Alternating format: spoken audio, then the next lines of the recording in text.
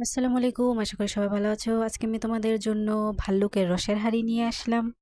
আমি সবসময় চেষ্টা করি তোমাদের জন্য ভালো কিছু তৈরি করার জন্য। এইবারও ভালো কিছু তৈরি করলাম। এই তো ভাল্লুকটা আমি বানিয়ে নিলাম।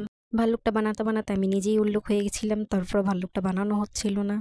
এই তো অবশেষে ভাল্লুকটা বানানো হয়েছে। তারপরে আমি পাগুলো জোড়া লাগিয়ে নিলাম। তারপরে ২টা ছোট ছোট করে জুতা বানিয়ে নিচ্ছি ভাল্লুকের মতো মোটা-সোটা করেই। এই তো তারপরে লাগিয়ে দিলাম।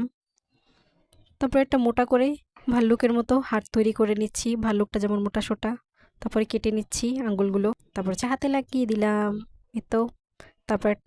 এই তো তারপর একটা হাঁড়ি তৈরি করে নিচ্ছি আমি। দেখতেই পাচ্ছ গোল গোল ঘোরাতে ঘোরাতে এই তো তৈরি করে নিলাম। তারপর উপর দিয়ে কি বলে ওই তো হাঁড়িটা তৈরি করে নিলাম, একটু ডিজাইন করে নিলাম পাতলা সাতলা করে।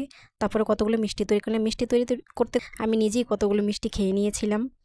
এই তো তারপরে বাকিগুলো ভরে নিয়েছিলাম পাতিলে। এই তো তারপর কার্ডবোর্ডে কিছুটা ক্লে লাগিয়ে দিয়ে আমি ভাল্লুকটাকে এক হাত দিয়ে বসিয়ে দিলাম। তারপর আরও একটা হাত লাগিয়ে জোড়া লাগিয়ে দিচ্ছিলাম। এই তো ভাল্লুকটা একা একা যেতে চাচ্ছিল না, তাই ওর বাচ্চাকেও সাথে দিয়ে দিলাম।